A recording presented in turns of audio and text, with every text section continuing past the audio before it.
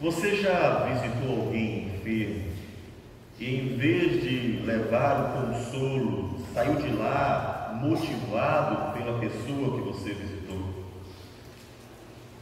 Há pessoas que mantêm o estado de espírito lá em cima,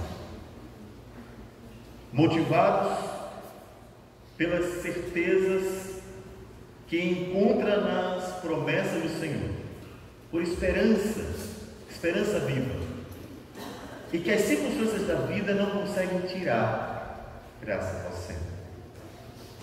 Nós vamos começar uma exposição nova, uma exposição da carta de Paulo aos Filipenses, e nós, como que visitando o apóstolo Paulo, que está preso, na ocasião em que escreveu a carta, ele alegra mais o coração da igreja que não está presa, o nosso coração em nossos dias, do que a igreja tinha algo para motivá-lo naquele momento. Um homem que aprendeu a estar contente em toda e qualquer situação, aprendeu a louvar e agradecer, glorificar e engrandecer a Deus, mesmo nos momentos mais difíceis. E isso que ele aprendeu, ele nos ensina. Deus o usa para nos ensinar. Veja que importância a situação em que Paulo está vivendo, para Deus nos revelar a vontade dele de que nós fiquemos sempre alegres no Senhor, estejamos sempre alegres no Senhor, glorifiquemos sempre ao Senhor, agradecemos sempre ao nosso Deus em toda e qualquer situação. Veja que até as circunstâncias do apóstolo Paulo foram um instrumento de Deus para fortalecer, para reafirmar a palavra de alegrai-vos no Senhor. Outra vez os digo, alegrai-vos. De forma que esta carta, ela nos conclama a olhar só para Cristo e então encontrar nele toda a alegria que precisamos na vida. Vamos abrir então a carta de Paulo aos Filipenses, e hoje estaremos fazendo a exposição de apenas 2 versículos, a introdução, versículo número 1 e 2, que dizem assim: Paulo e Timóteo, servos de Cristo Jesus, a todos os santos em Cristo Jesus, e inclusive bispos e diáconos que vivem em Filipos, graça e paz a vós outros, da parte de Deus nosso Pai e do Senhor Jesus Cristo. Bendito seja o teu nome para sempre, Senhor. Bendito seja pelo ontem e pelo amanhã. Bendito seja pelo hoje, pelo que temos e não temos. Bendito seja pela alegria e pela tristeza que a vida nos trouxe. Bendito seja pela certeza da vida eterna. Bendito seja por tudo. Nós te agradecemos e glorificamos, pedindo que o Senhor, por meio do teu Santo Espírito, que é poderoso para falar pela tua palavra, fale de forma eficaz ao nosso coração, para que daqui saiamos regozijantes, louvando, glorificando e agradecendo, independente das circunstâncias em que estejamos vivendo no momento. E assim, nós também glorifiquemos a Deus com a nossa alegria. Que o Senhor abençoe tua igreja, é o que nós te pedimos. Em nome do Senhor Jesus. Amém. A introdução da carta, ela não é, de certa forma, novidade. Até já vimos, não exatamente assim, mas muito semelhante, quando fizemos a exposição de Efésios, capítulo 1, versículo de número 1 e 2. Algumas palavras mudaram. Aqui, Paulo e Timóteo, eles são servos de Cristo. Lá em Filipenses, Paulo e Timóteo, é apóstolo de Cristo Jesus por vontade de Deus. Algumas palavras mudam e provavelmente para indicar algo que tem a ver com a carta e também como resultado daquilo que ele tinha como intenção motivar, ensinar aos destinatários. Paulo e Timóteo, que escrevem para os destinatários, mesmo sendo Paulo apóstolo, mesmo sendo um homem chamado por Deus, mesmo tendo todo o conhecimento que tinha do Senhor, aqui ele é um servo. Aqui ele não é um grande homem, aqui ele é um servo. É um servo do Senhor Jesus Cristo, simplesmente um servo do Senhor Jesus Cristo. Ele aparece humildemente, não há grandes condições. Numa cidade que tinha um status importante diante de Roma, provavelmente alguns irmãos tinham algum status social diante da cidade que era interessante, abastado. Aqui eles são servos, um humilde servo do Senhor. Poderíamos usar a ideia de que ele é um escravo, porque a palavra é a palavra escravo em grego, mas nos parece que em Filipenses, aqui a palavra escravo não tem essa conotação de escravo mesmo, mas de servo.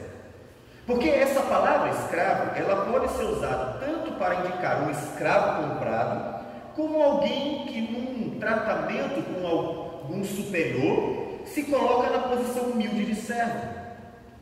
Veja que em Levíticos 25, 44, a Septuaginta usa a palavra escravo para os escravos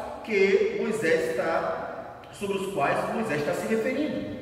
Mas em 1 Reis 1, 26, quando Davi já velho e tendo seu filho Salomão, os seus outros filhos, diante da expectativa de quem reinaria, e o profeta Natã com o seu general e outros achegados diante dele, querendo saber qual seria o procedimento do rei, eles naquele momento se achegam a Davi e se chamam de servos. A gente sabia e sabe, melhor dizendo, que Salomão não era escravo de Davi, que Natã não era escravo de Davi. No entanto, a palavra grega usada é exatamente a mesma. Logo, não deveríamos dar uma ênfase demasiada à palavra escravo em grego, como se ela significasse exclusivamente isso. Ela não significa exclusivamente isso.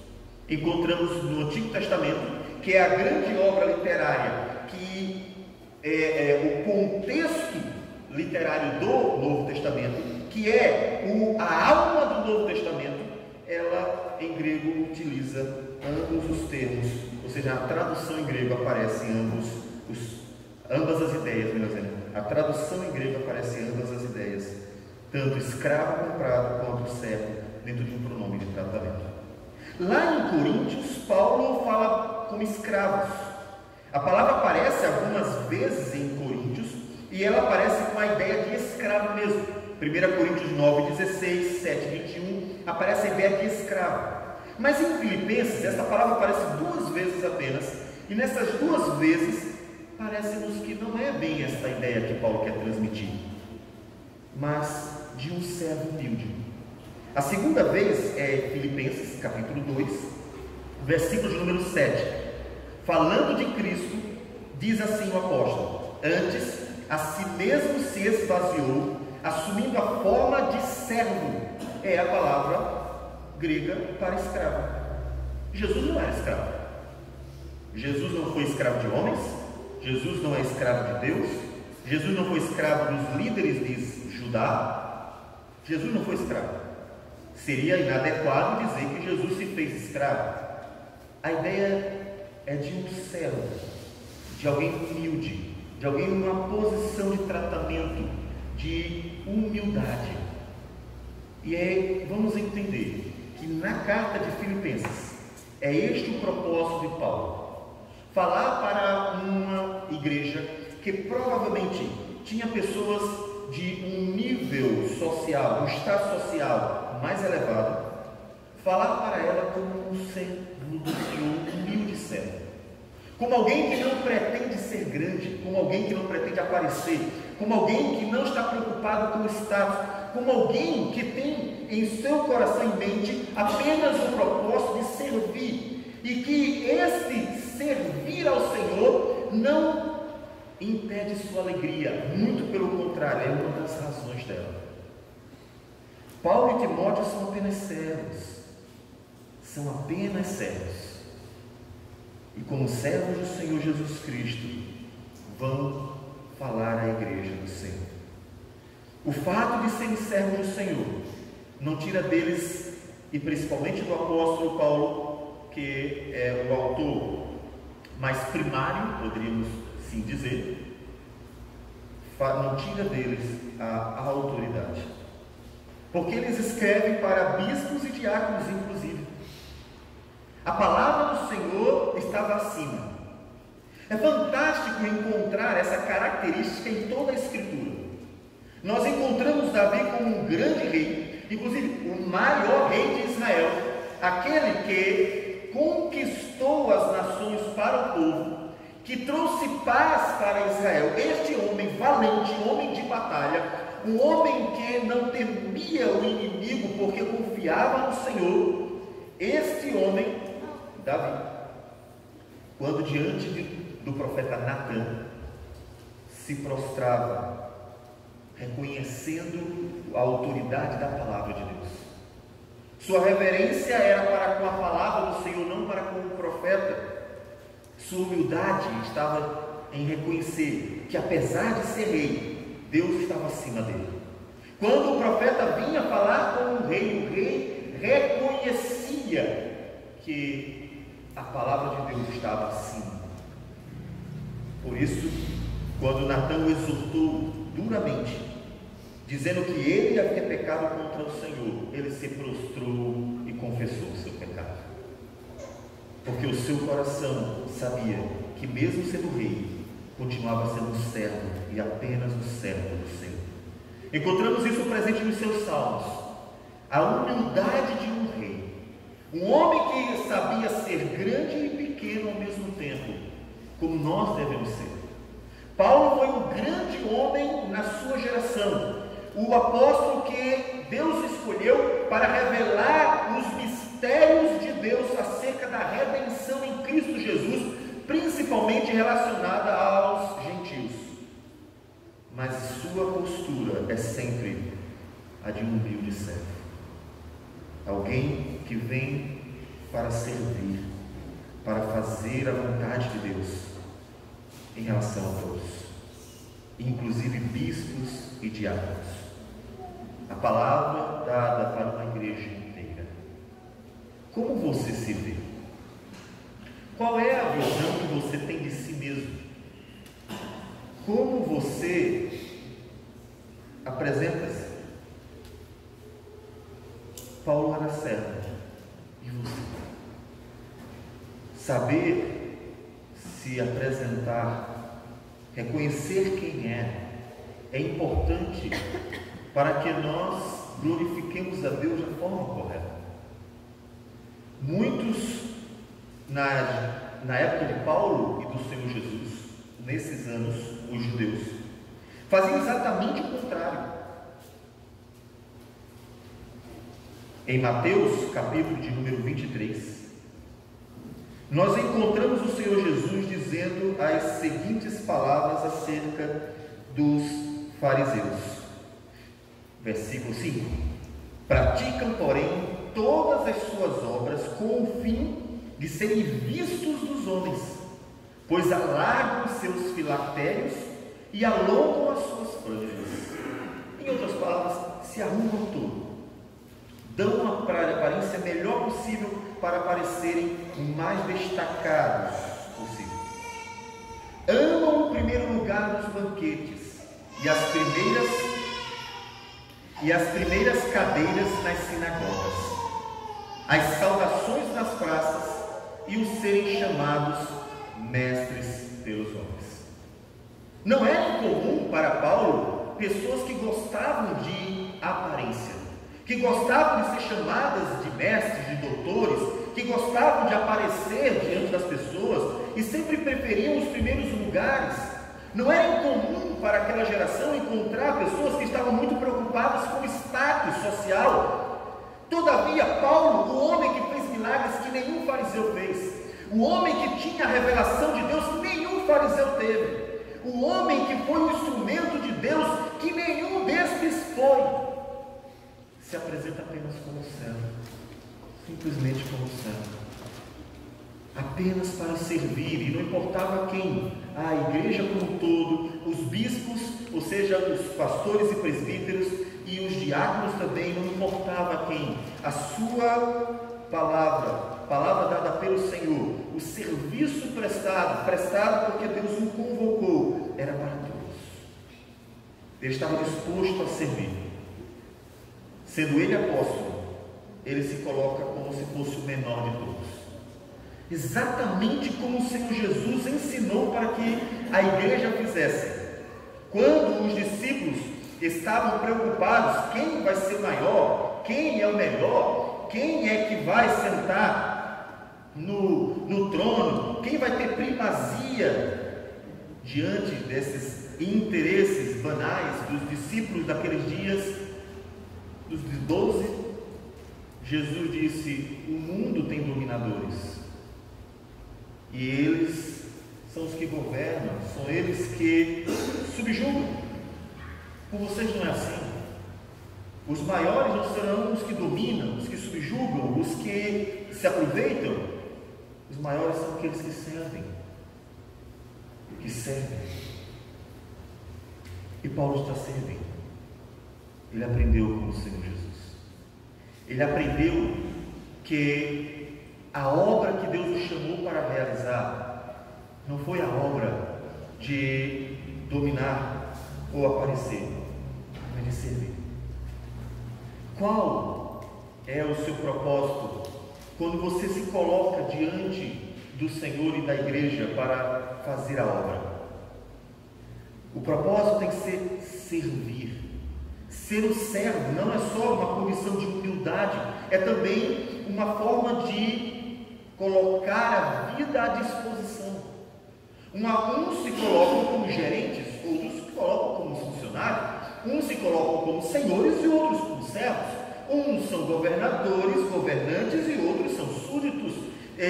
Então, a forma de se apresentar, que não apenas diz respeito ao estado como o coração se vê, se coloca diante de Deus, mas como ele se apresenta verdadeiramente para fazer a obra.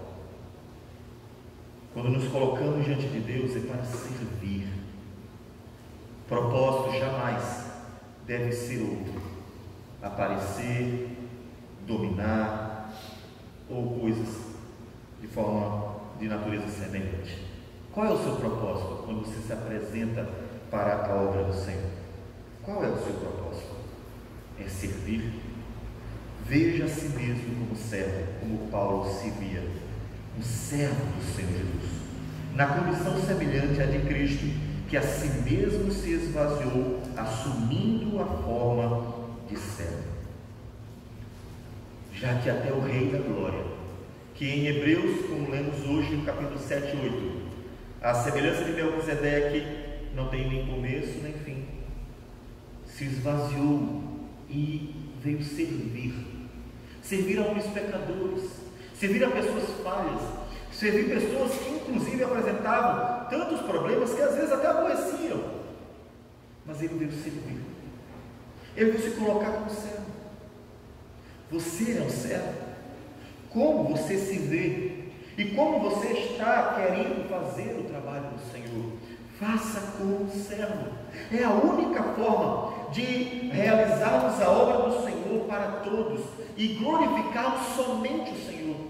Quando o nosso interesse é diferente e o nosso desejo não é apenas servir, nós já não mais glorificamos a Deus. E por melhor que seja, como um pregador, como um cantor, como alguém que aparece no meio da igreja visível e faz grandes coisas aos olhos dos homens, de nada adiantará se aquilo que faz engrandece a si mesmo. O próprio Jesus disse: eles já receberam a recompensa, porque já receberam a fama, já receberam os elogios, já receberam a glória dos homens.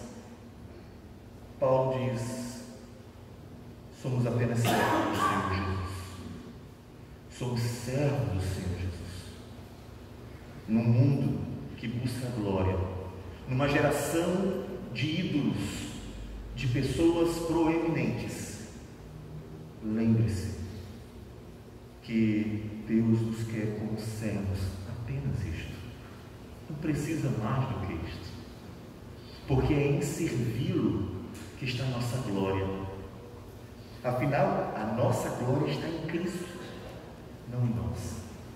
Em servi-lo está a nossa alegria. Afinal, o prazer de servir ao Rei dos Reis é que nos alegra o coração. Apenas servo, porque o servo, ele está disposto a tudo. O servo, ele está ali para fazer o trabalho. Não importa se ele ganhou destaque ou não ganhou destaque. Não importa se ele foi elogiado ou não foi elogiado. Não importa se o que ele fez destacou-se ou o que o outro fez destacou-se. Não importa, porque se ele é um servo, a sua missão é simplesmente servir. Paulo tinha inclusive tamanha consciência disso, que lá em 1 Coríntios 9,16, ele diz: se anuncio o Evangelho, não tenho de que me gloriar. Eu sou só um servo. Qual é a glória que eu tenho em fazer o meu trabalho? Eu não fiz mais do que era a minha obrigação, pois sobre mim pesa essa obrigação, porque ai de mim se não pregar o Evangelho. Se o faço de livre vontade, tenho um galardão, mas se constrangido, é então a responsabilidade de despenseiro que me está confiado. Veja a si mesmo como servo. Ver a si mesmo como servo evitará frustrações. Fiz o melhor, dediquei o melhor, fiz da melhor forma, eu fiz tudo o que podia ter feito, ninguém me deu um elogio, ninguém me disse nada, ninguém disse como ficou bom, como foi maravilhoso, como o que eu fiz foi agradável, ninguém disse um elogiozinho. Essa frustração que é comum quando se faz o melhor e, tendo feito o melhor e vendo que realmente foi bem feito, se espera alguma coisa, essa frustração ela é tirada, evitada, quando aquele que faz o melhor sabe que fez na condição de humilde servo, que tudo o que tinha que fazer era o melhor mesmo, que o que fez não foi mais do que a sua obrigação, mas que como fez com alegria, e já que fez com satisfação, terá sua recompensa. Pois se fizesse apenas por fazer, é o jeito que tem que fazer, e até resmungando, vai fazendo como que apenas por obrigação, a única coisa que lhe restaria seria a mera obrigação. Ser servo nos coloca então tanto na condição de humildade diante de Deus e dos homens, quanto nos ajuda a servir da forma correta, porque nós nos vemos como somos, apenas servos, e dispomos do serviço como servos, para que todos sejam servidos com o que fazemos. Quando não nos vemos como servos, então nós passamos a servir como senhores. E servindo como senhores, o que fazemos não é mais para abençoar vidas, quer seja pela exortação, pelo conforto, quer seja pela direção, ou quer seja pela correção, não importa qual seja o serviço prestado. Quando não nos vemos como servos, então nos vemos como senhores, e como senhores passamos a nos ver como maiores do que os outros, e com isso não é incomum que estes então se achem dominadores, e se vendo como maiores do que os outros, terminam mais por prejudicar e mais por se glorificar do que engrandecer o nome do Senhor e servir. Somos só servos. É isso.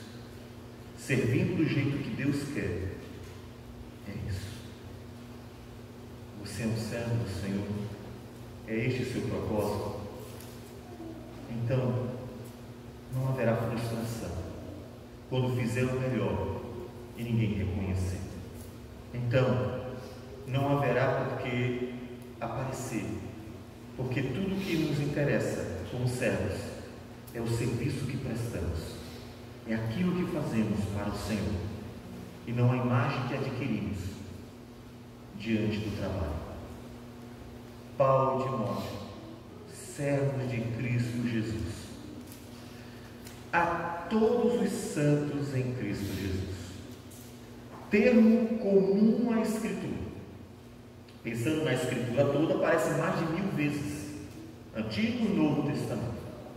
No Novo Testamento, aplicado à igreja no mesmo modelo do Antigo Testamento. E isso é importantíssimo.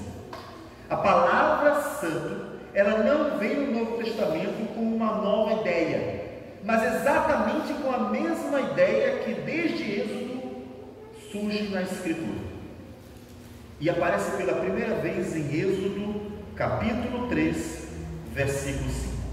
Essa é a primeira ocorrência da palavra, quando Deus aparece para Moisés e vai chamar Moisés para libertar o povo. Diante da sarça ardente, Moisés, que vai se aproximando, ouve de Deus a seguinte palavra, versículo 5. Deus continuou: não te chegues para cá, tira as sandálias dos pés, porque o lugar em que estás é terra santa. Desde então, a palavra aparecerá com frequência, se referindo a tudo que Deus separou para si. Sim, Deus separou para si um povo, como naquela ocasião uma terra, em Êxodo um tabernáculo, e uma série de outros utensílios para uso exclusivo dele. É meu, diz o Senhor. Por isso ele chama de santo, separado do pecado, separado do mal, completamente perfeito, completamente puro, separado de tudo aquilo que é ruim. Porque o próprio Deus, em Isaías 6,3, se revela como santo, santo, santo. Ele é um Deus santíssimo, separado de todo mal. Não há uma manchinha nele, não há um pecado nele. E em 1 Pedro 1,16, lembrando o texto do Antigo Testamento, o apóstolo Pedro diz: sede santos como eu, Senhor vosso Deus, sou santo. Palavra que o Senhor já havia dito a Israel. Agora Paulo pega tudo isso, todo esse conceito de santo, de ser separado, de ser exclusivo, e aplica à igreja. Pedro faz isso também em 1 Pedro capítulo 2, versículo 9: vós, porém, sois raça eleita, sacerdócio real, nação santa, povo de propriedade exclusiva de Deus, a fim de proclamardes as virtudes daquele que vos chamou das trevas para a sua maravilhosa luz. Quando pais sabem a necessidade de cuidar bem dos filhos, de santificá-los diante de um mundo que é mau, os pais evitam que os filhos tenham contato com coisas ruins. A preocupação em relação ao que assiste na TV, com o que joga, videogame, a preocupação com as conversas com os amigos da escola, a preocupação em relação ao lugar que eles vão, principalmente quando vão crescendo, a preocupação com o que eles leem, a preocupação com as músicas que ouvem, as letras. Há uma série de preocupações. A família quer que os filhos sejam filhos que vivam um ambiente familiar saudável. Então, eles são da família. E a ideia é que eles estejam limpos, não contaminados com o mundo.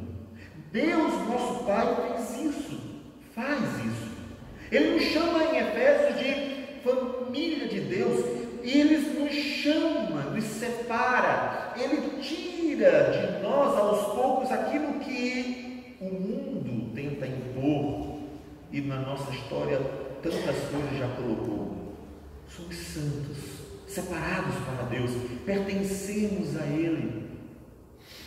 É bonita a expressão quando um casal diz: eu sou do meu amado é meu.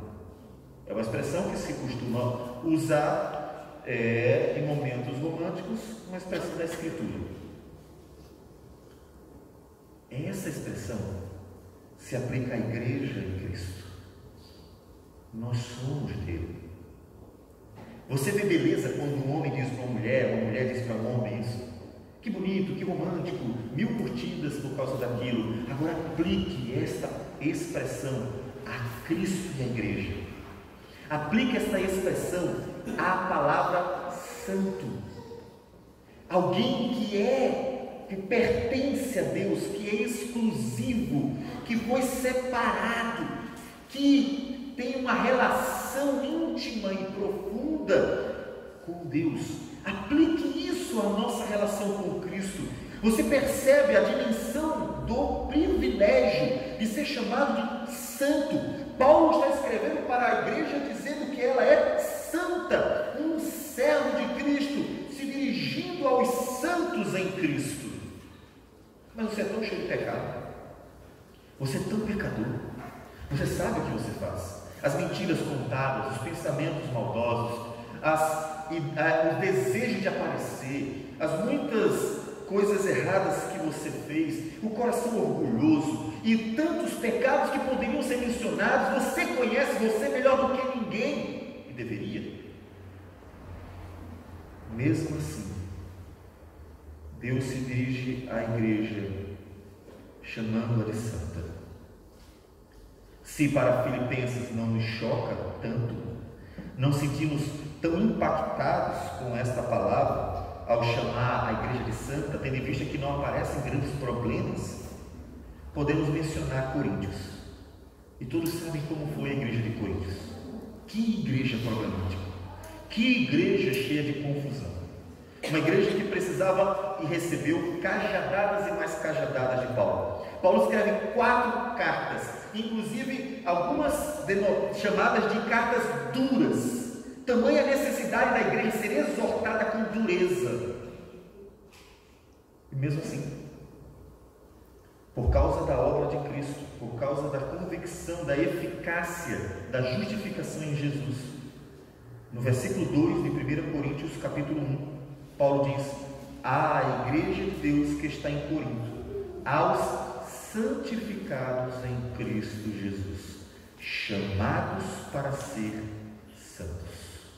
De um lado, a palavra nos leva à nossa exclusividade. Pertencemos a Deus, somos dele.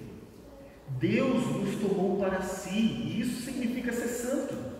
Aquilo que é santo era para uso exclusivo de Deus.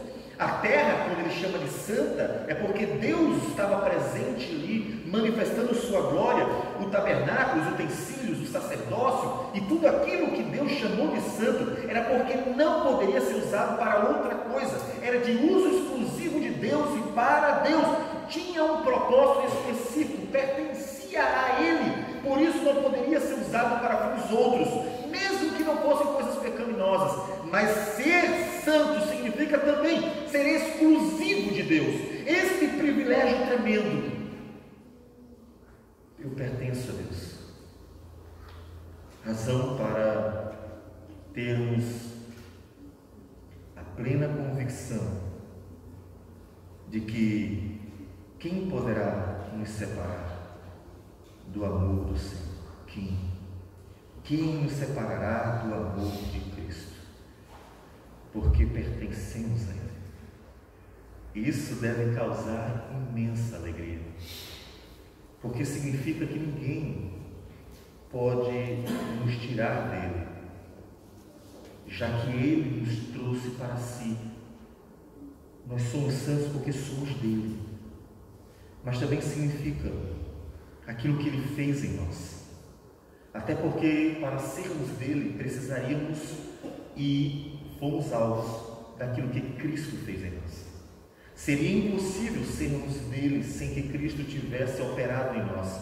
Significa aquilo que Cristo fez em nós como Paulo vai dizer em Romanos capítulo 5, justificados, pois, mediante a fé, temos paz com Deus, por meio de nosso Senhor Jesus Cristo.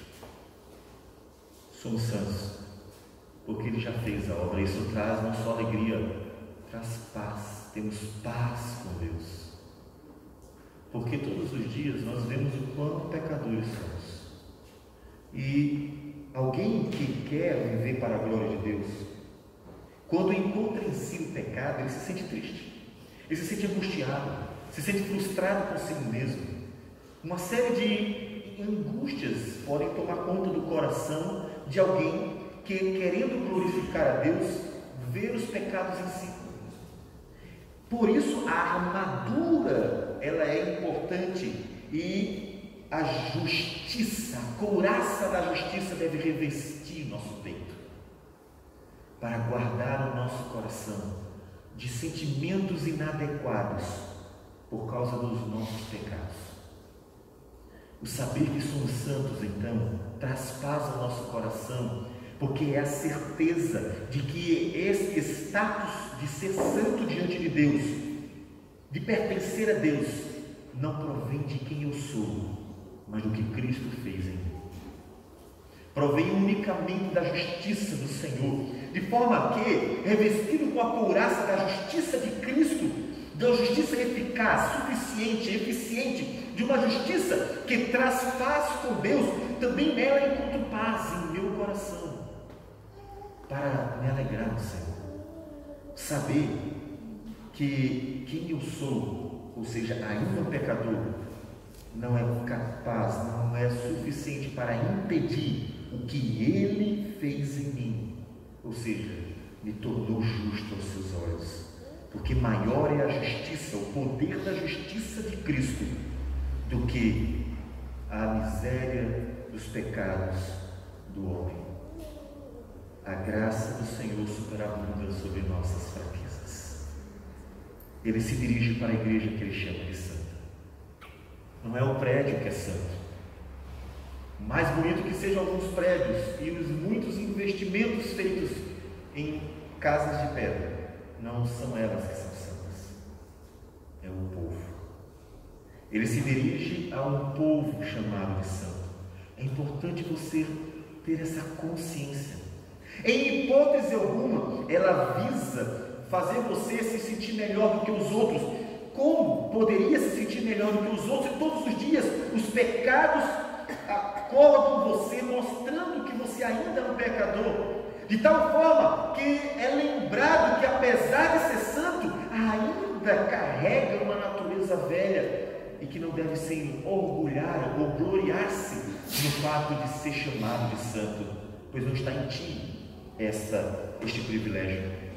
Nós não somos santos para sermos melhores do que os outros.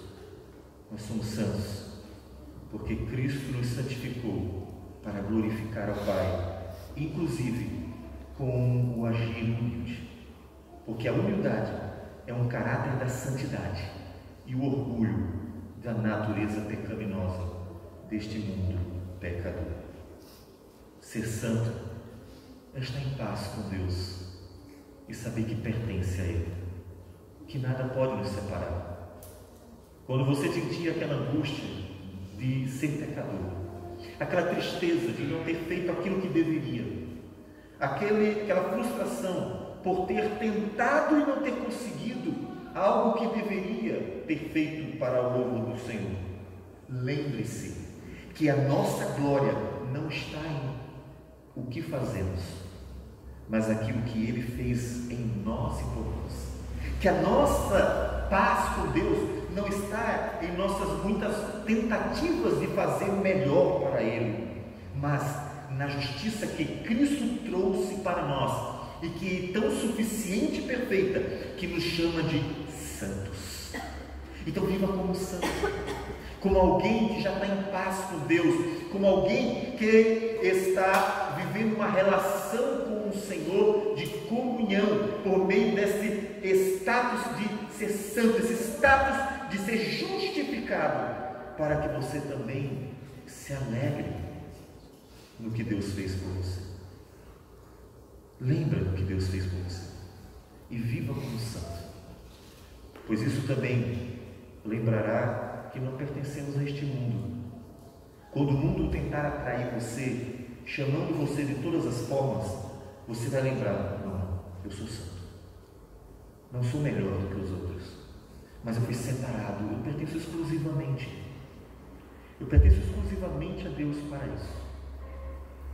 Então, não posso, não quero querer, não quero desejar, porque o Senhor me separou para Ele. Eu pertenço a Ele. Como um filho que, quando os amiguinhos chamam para o mau caminho, convicto do que aprendeu da família, de que pertence e deve honrar o nome da família, o filho diz: não, meus pais não deixam, eu não posso fazer isso. E então se separa, porque ele é santo para a família, ou seja, ele é exclusivo, ele pertence, ele deve honrar o nome da família. Assim somos nós para com Deus.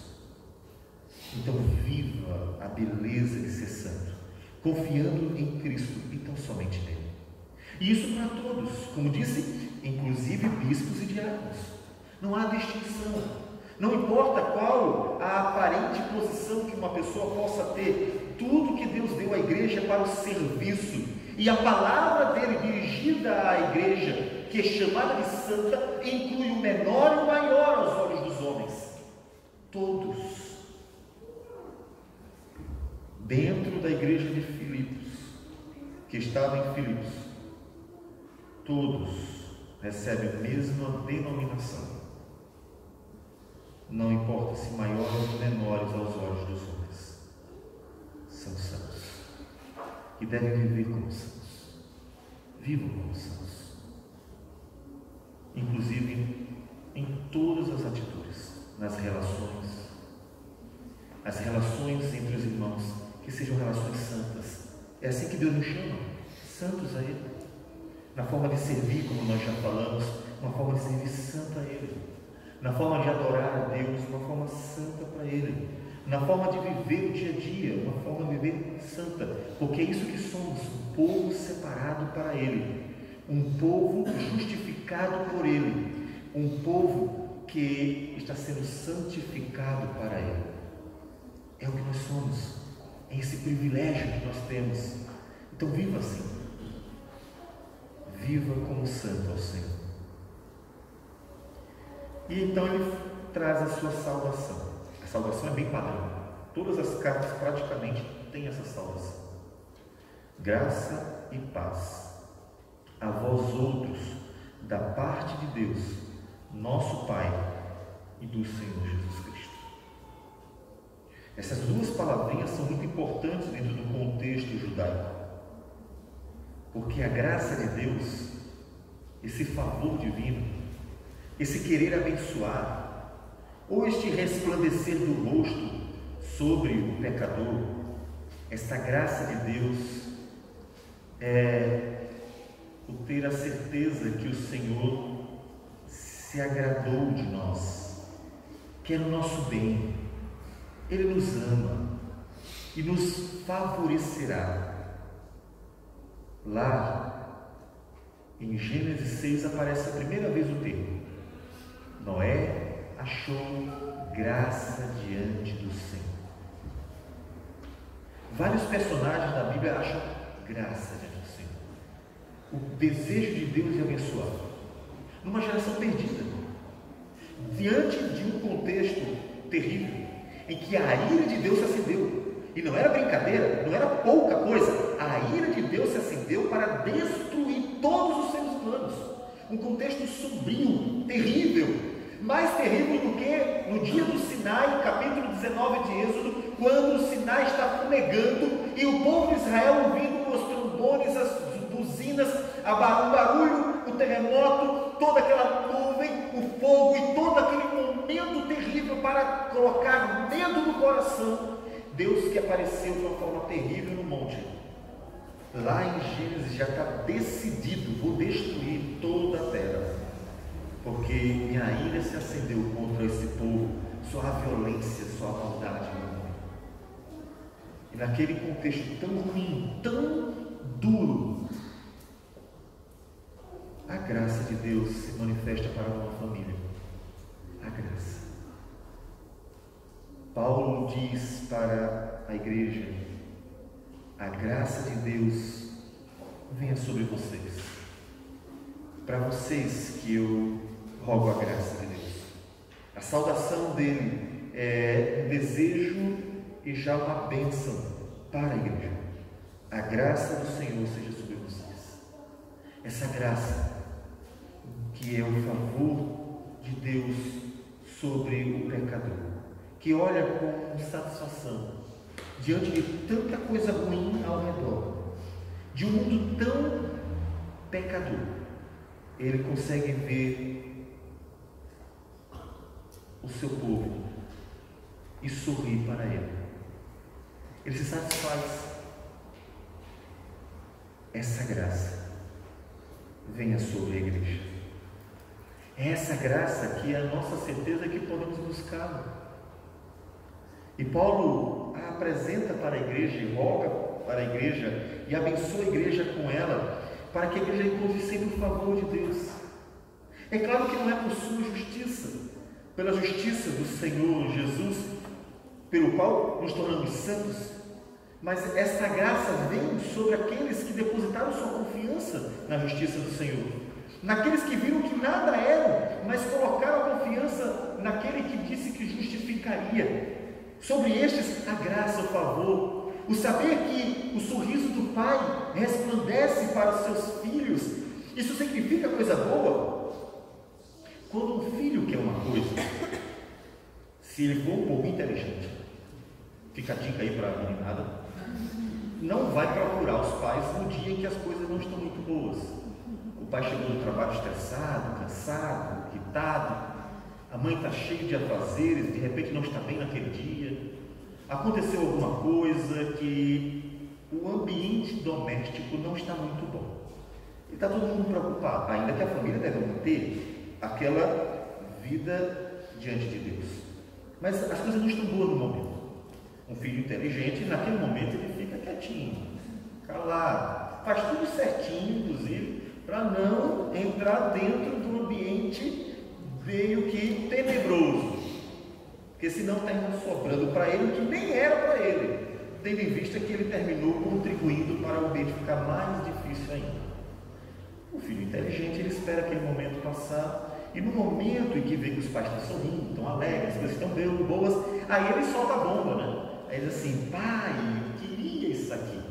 Aquele momento é muito mais propício, tendo em vista que os pais estão bem, eles vão pensar no pedido do filho com muito mais agrado, com o coração muito mais tranquilo, com motivação diferente.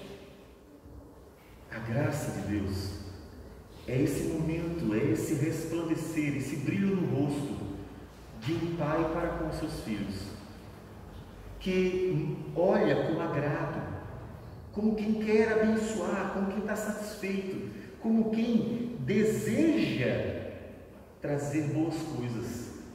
A graça de Deus que manifestou-se em Noé, que manifestou-se em outros personagens, que vem sobre a igreja por meio de Cristo Jesus. Essa graça. Foi essa graça que livrou Noé da destruição. Foi essa graça que fez com que muitos outros personagens fossem poupados nos dias maus. Essa graça que faz com que a igreja possa buscar o Pai com confiança. Nos dias difíceis, Pai, preciso do Senhor. A graça do Senhor, de um Pai com o rosto resplandecendo sobre a igreja. Porque um pai que ama seu filho também pode estar em dias em que o rosto não está resplandecendo. Observe em Malaquias que o texto do profeta mostra um pai que está com raiva. Ele está chateado com seus filhos, porque os filhos não honram o pai, porque os filhos não estão glorificando o pai, não estão respeitando. O versículo 6 de Malaquias diz: o filho honra o pai, e o servo ao seu senhor. Se eu sou pai, onde está a minha honra? E se eu sou Senhor, onde está o respeito para comigo? Aqueles dias não estavam bons. Não podemos dizer que o rosto de Deus estava resplandecendo para Israel. Paulo aqui deseja e abençoa a igreja para que a graça, o rosto resplandecendo de Deus esteja sempre sobre ela.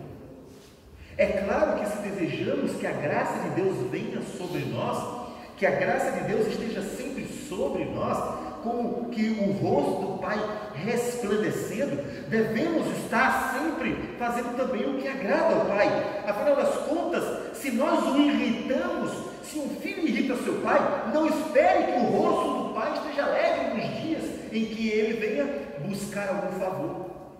Afinal das contas, se um filho se comporta de forma que desagrada o seu pai, vai suscitar dele não o agrado, mas a raiva, vai suscitar nele um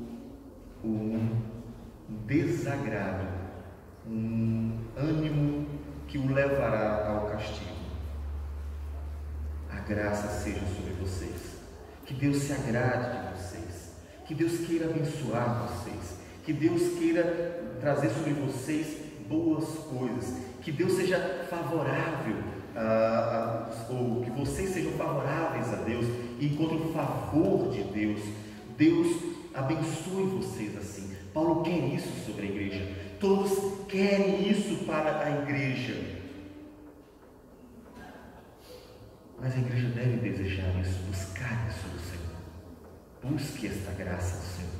Senhor, que eu possa viver sempre vendo o teu rosto resplandecendo sobre mim. Então viva em Cristo, viva para Cristo, se alegre em Cristo e viva em Cristo, glorificando o Pai, porque a graça do Senhor, ela vem por meio dele, é por meio de Cristo que vem a graça. E uma vez que você sabe que a graça de Deus é esse rosto que resplandece sobre nós, então busque ao Senhor com essa confiança. Busque o Senhor como quem busca o Pai, sabendo que o Pai é bondoso o suficiente para socorrê-lo. As nossas orações deveriam ser orações de filhos que confiam no Pai, de filhos que sabem que o Pai tem prazer em abençoar os seus filhos, não orações de quem não tem certeza, de quem duvida, de quem não sabe de nada, de quem até desconfia. A oração da igreja deve ser sempre oração semelhante ao Salmo 37. O Salmo 37 mostra um filho que tem comunhão com o Pai. Ele diz assim, no versículo 4 e 5: agrada-te do Senhor, e Ele satisfará os desejos do teu coração. Olha, viva de tal forma que a graça do Senhor esteja sobre você. Deus está com o rosto resplandecendo, Deus está sempre feliz com você. Ele está feliz com você por meio de Cristo, o Filho dele que justificou. E por você viver constantemente em Cristo, a sua vida em Cristo é que faz com que a graça de Deus esteja sobre você. Porque em Cristo você está agradando, Deus está satisfeito. Agrada-te do Senhor, e Ele satisfará os desejos do teu coração. Entrega o teu caminho ao Senhor, confia nele, e o mais Ele fará. Um filho que está agradando o Pai. Por isso, a graça da parte de Deus e do Senhor Jesus Cristo esteja sobre você, de forma que você esteja vivendo em Cristo, para que o rosto de Deus esteja sempre brilhando para você. Porque sem Cristo, Deus não tem como olhar para você com alegria, não tem. Porque sem Cristo o que lhe resta são os pecados, o que lhe resta são as misérias da vida de um pecador. Sem Cristo não há nada em você que agrade ao Pai, porque Ele é santo e sem Cristo não há santidade. Então viva em Cristo, busque a Cristo todos os dias, ande com Cristo, fale com Cristo, leia a palavra de Cristo, tenha comunhão com Cristo, porque quanto mais cheio de Cristo você estiver, maior será a graça de Deus, o rosto dele para você, porque ele verá o Filho dele, santo, justo e perfeito, sobre tua vida, e a graça será abundante. Agrada-te no Senhor e Ele satisfará os desejos do teu coração. Quanto mais cheio de Cristo, mais teu desejo, mais o teu clamor, mais as tuas orações, mais a tua vontade será agradável a Deus. Quanto mais cheio de Cristo, mais agradável a Deus é o desejo do teu coração. E Ele então satisfaz. Então se enche de Cristo. A graça da parte de Deus e do Senhor Jesus Cristo seja sobre a igreja, mas a paz também. A paz que inclusive esperamos alcançá-la em plenitude um dia, porque ainda vivemos em guerra. Lembre-se do que dissemos na exposição de Filipenses, na exposição de Efésios, capítulo 6, a armadura. Deus nos deu um traje que é um traje de guerra. Quem recebe uma armadura não espera ir para um camping. Quem recebe uma armadura não está esperando ir para a praia. Quem recebe uma armadura não está esperando ir passear no parquinho. Quem recebe uma armadura espera uma guerra. Ainda vivemos em guerra. Ainda que a paz com Deus, por meio de Cristo Jesus, ela seja real. E é esta, primariamente, a paz que Paulo está abençoando a igreja. Nós ainda vivemos um mundo em guerra. Ele roga a paz do Senhor.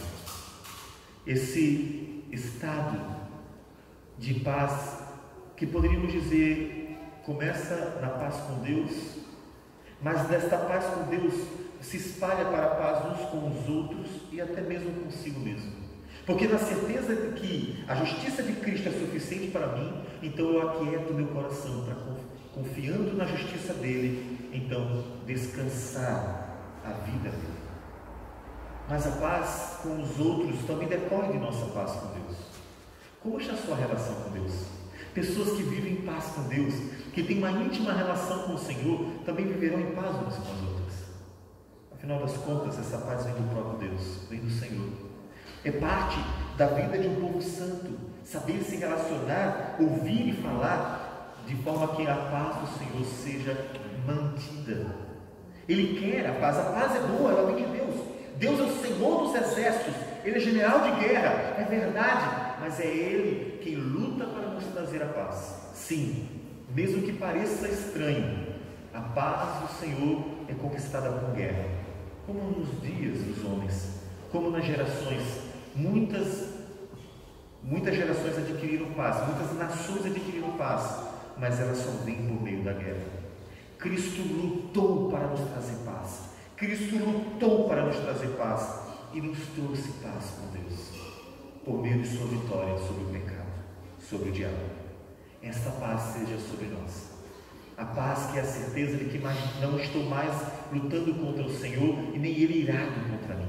A paz que é a certeza de que Ele já não mais quer me destruir. Antes tem para mim boas coisas, porque estou em paz com Ele.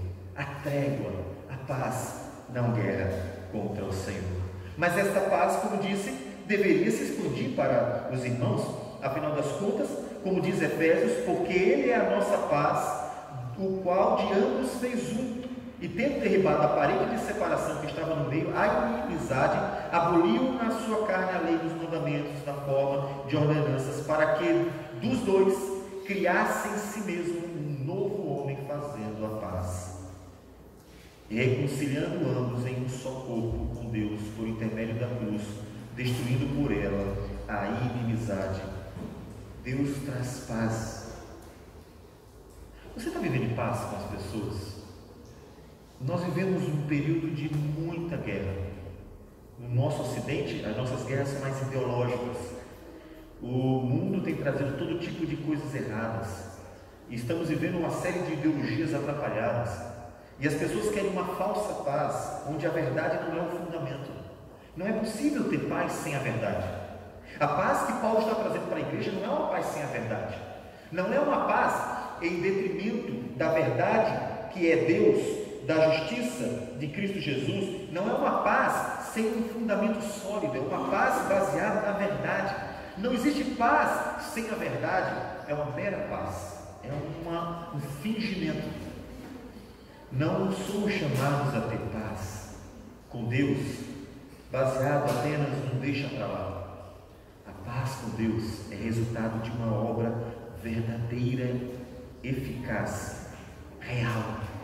Nós temos paz com Deus, é verdade. Deus não está mais chateado com a gente, irado com a gente, revoltado com a gente, querendo nos destruir. Deus não está, não há nada disso, é real. Deus está em paz conosco por meio de Cristo Jesus, e é essa paz com Deus que é o nosso padrão para que nossas relações sejam em paz.